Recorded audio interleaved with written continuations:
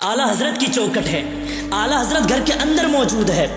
ایک فقیر آیا، باہر سے آواز لگایا، اتنے روپے دو، 10 روپے دو نہ تو تمہاری حویلی پلٹ دوں گا۔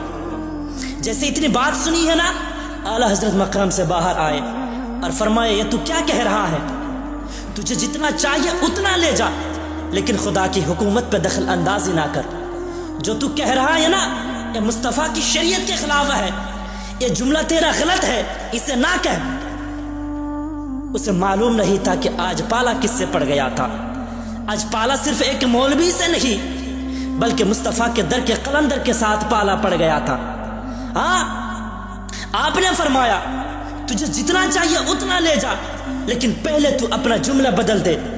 جو تو کہہ رہا ہے یہ مصطفیٰ کی شریعت کے خلاف ہے، اسے نہ کہہ۔ آپ کی والدہ گھر کے اندر موجود تھی۔ آواز آتی ہے احمد رضا بھکاریوں کے منہ نہیں لگا کرتے ہیں، فقیروں کے منہ نہیں لگا کرتے ہیں، جتنا مانگتا ہے اتنا دے دے۔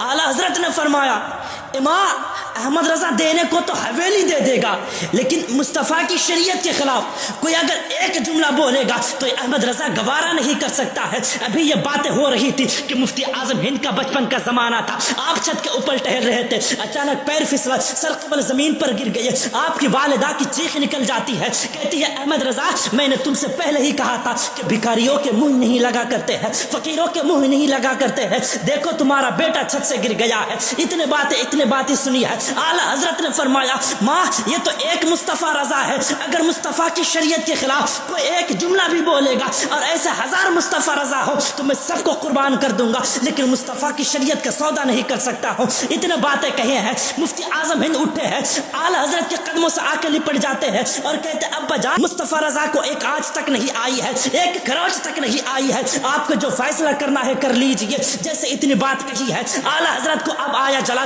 بریلی کے پٹھان کو آیا چلا، اپنا جوتا کھول کر کے آگے کیا اور کہا سن تو حویلی پلٹنے کی بات کرتا ہے، یہ لے احمد رضا کا جوتا پلٹ کے دکھا دے، احمد رضا کا جوتا پلٹ کے دکھا دے۔ فقیر نے سوچا اس کا جوتا تو ہلانا یوں بات ہے، پہلا ہاتھ لگایا جوتا کو ہلا نہیں پایا، دوسرا ہاتھ لگایا جوتا کو ہلا نہیں پایا، پیچھے ہٹ کے کھڑے ہو جاتا ہے اور کہتے ہیں مولانا تمہارے پاس کوئی جادو ہے جس کی وجہ سے یہ جوتا جام ہو گیا ہے۔ تب میرے رضا نے مسکرا کے فرمایا تھا کہ سن یہ اپنی جہالت والی باتیں اپنی جیب میں رکھ، میں کوئی جادو کی بنیاد سے نہیں بلکہ جو بھی کہتا ہوں مدینے والے مصطفیٰ کی شریعت کے مطابق کہتا ہوں۔